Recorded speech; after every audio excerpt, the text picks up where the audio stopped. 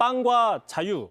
자, 김부겸 전 총리가 대구시장에 출마하면서 대구시장 선거판이 급변하고 있죠. 예. 자, 그러자 주호영 의원 또 이진숙 전 방송통신위원장이 컷오프를 취소해달라고 목소리를 키우고 있는데 자, 이 과정에서 색깔론이 거론돼서 논란이 되고 있습니다. 자, 보시면 이진숙 전 위원장, 자, 지방정부까지 좌파에 넘어가게 되면 대한민국은 인민민주주의 공화국으로 한 걸음 더 나아가게 될 것이다라고 주장을 했는데 다시 말해서 김부겸 전 총리를 뽑으면 북한처럼 될 수 있다라고 예. 색깔론을 제기하는 겁니다. 예. 아주 옛날 선거에서는 이런 색깔론을 자주 꺼냈지만 요즘은 거의 못 본 것 같은데 또 이진숙 전 위원장이 꺼냈네요. 그렇습니다. 좀 계속해서 보시면요. 자, 이진숙 전 위원장은 공정 경선을 통해 공정 경선이라고 썼지만 다시 말하면 컷오프를 취소하고 자신이 후보가 된다면 시민들이 대구를 좌파에게 넘기는 선택은 하지 않을 것이다.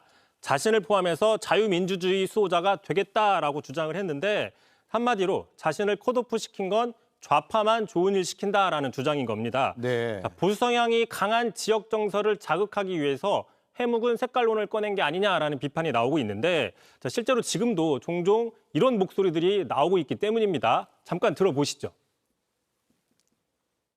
난 있지요. 누구예요? 나는 김부겸. 빨갱이가 그러면 지금 국민의힘은 좀 어떻게 보세요? 말 안 하고 싶어. 예. 빨갱이가 이런 걸 좀 더 자극하려고 이진숙 위원장이 의도적으로 한 거 아닐까요?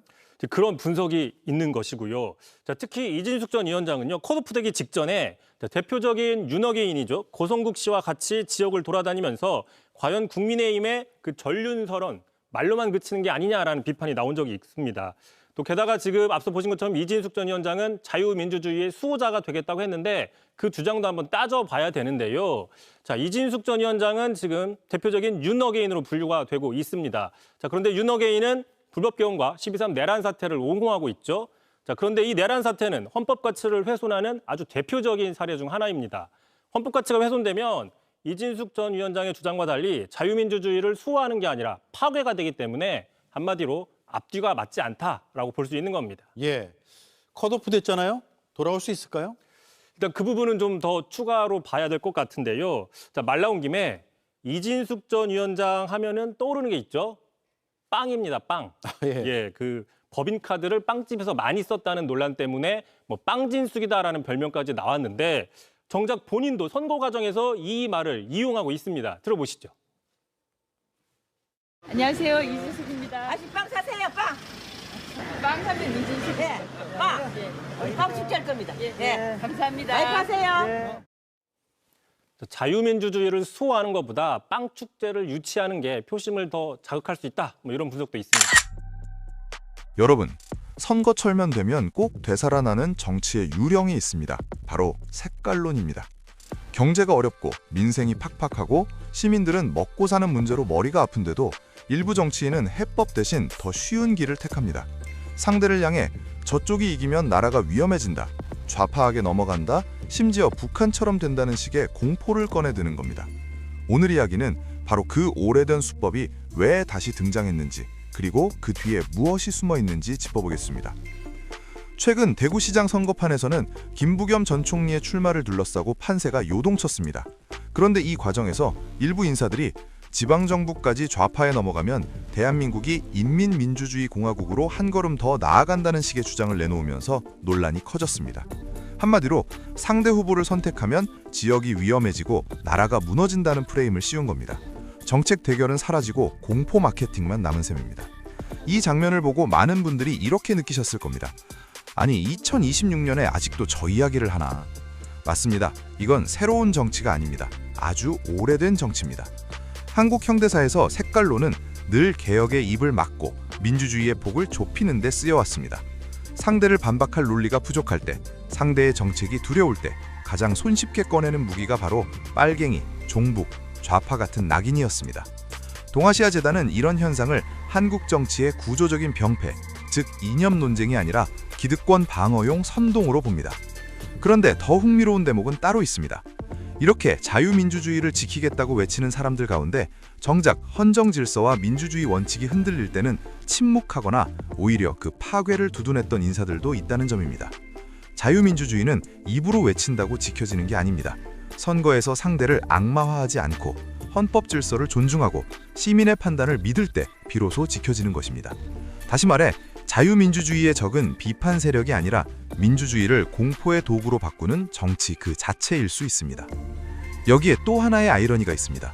이 논란의 중심에 선 인물은 과거 법인카드 빵 논란으로 대중에게 강하게 각인된다 있는데 이번엔 그 이미지마저 선거 현장에서 스스로 활용했습니다. 시청자 입장에서는 허탈할 수밖에 없습니다. 나라를 지키겠다는 거창한 언어와 정작 유권자 앞에선 빵 축제 같은 생활형 구호가 뒤섞여 있기 때문입니다.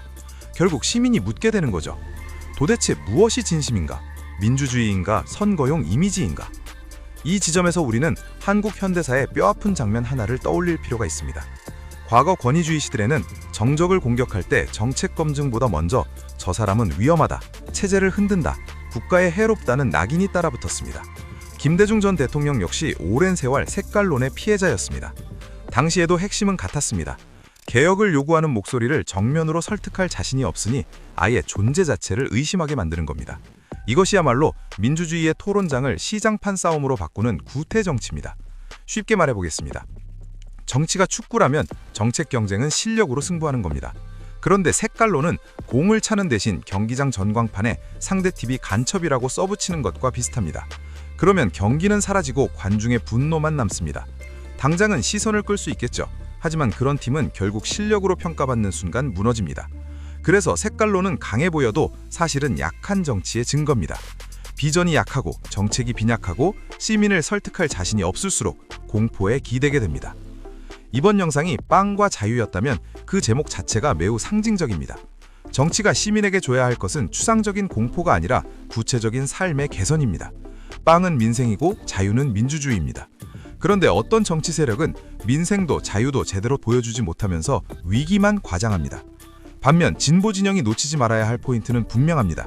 자유는 반공 구호가 아니라 시민의 권리이고 민생은 선심성 구호가 아니라 국가의 책무라는 점입니다. 다시 말해 빵과 자유는 둘 중 하나가 아니라 함께 가야 하는 가치입니다.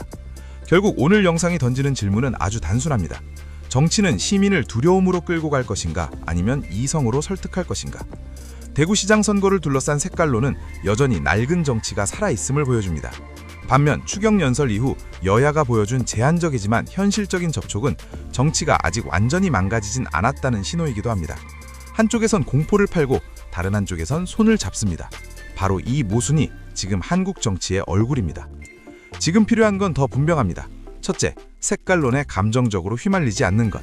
둘째, 자유민주주의라는 말을 독점하려는 세력에게 오히려 민주주의의 실질을 묻는 것.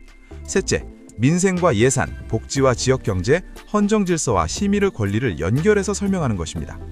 민주주의는 누가 더 반공을 크게 외치느냐로 증명되지 않습니다. 민주주의는 시민을 겁주지 않고 시민을 존중하는 정치로 증명됩니다. 우리 현대사를 돌아보면 공포정치가 잠깐 이기는 것처럼 보인 적은 많았습니다. 하지만 길게 보면 늘 시민의 상식이 이겼습니다. 미국의 메카시즘도 결국 무너졌고 한국의 권위주의적 색깔론도 민주화의 물결 앞에서 영원하지 못했습니다. 문제는 이런 낡은 수법이 완전히 사라지지 않고 선거철만 되면 되살아난다는 점입니다. 그러니 더더욱 기약해야 합니다. 상대를 빨갱이로 모는 정치, 위기를 과장하는 정치, 지역 정서를 자극하는 정치는 언제나 나라를 위한 척했지만 결국 자기 편만 위한 경우가 많았습니다. 시청자 여러분, 정치는 결국 우리의 삶으로 돌아옵니다. 빵값이 어떠한지, 가게 매출이 어떠한지, 자식들 일자리가 어떠한지, 노후가 불안한지, 지역 경제가 살아나는지, 이런 문제 앞에서 저 사람이 좌파냐 우파냐보다 더 중요한 질문은 따로 있습니다. 누가 우리의 삶을 실제로 바꾸는가? 누가 헌법과 민주주의를 말이 아니라 행동으로 지키는가? 이 질문을 끝까지 놓치지 않는 시민이 많아질수록 낡은 색깔론은 점점 설 자리를 잃게 될 것입니다. 오늘의 결론은 분명합니다. 공포를 파는 정치는 시끄럽지만 오래가지 못합니다. 반면 민생을 챙기고 민주주의를 지키고 필요할 때 협치하는 정치는 느려 보여도 결국 신뢰를 쌓습니다. 선거가 다가올수록 더 크게 외치는 사람보다 더 책임있게 설명하는 사람을 보십시오. 그게 바로 대한민국 정치를 한 단계 앞으로 움직이는 가장 현실적인 방법입니다. 구독과 좋아요로 우리 정치를 바로 세우는 힘을 보태주십시오. 시청해주셔서 감사합니다. 진실의 힘을 믿습니다. 정치공장이었습니다. 감사합니다.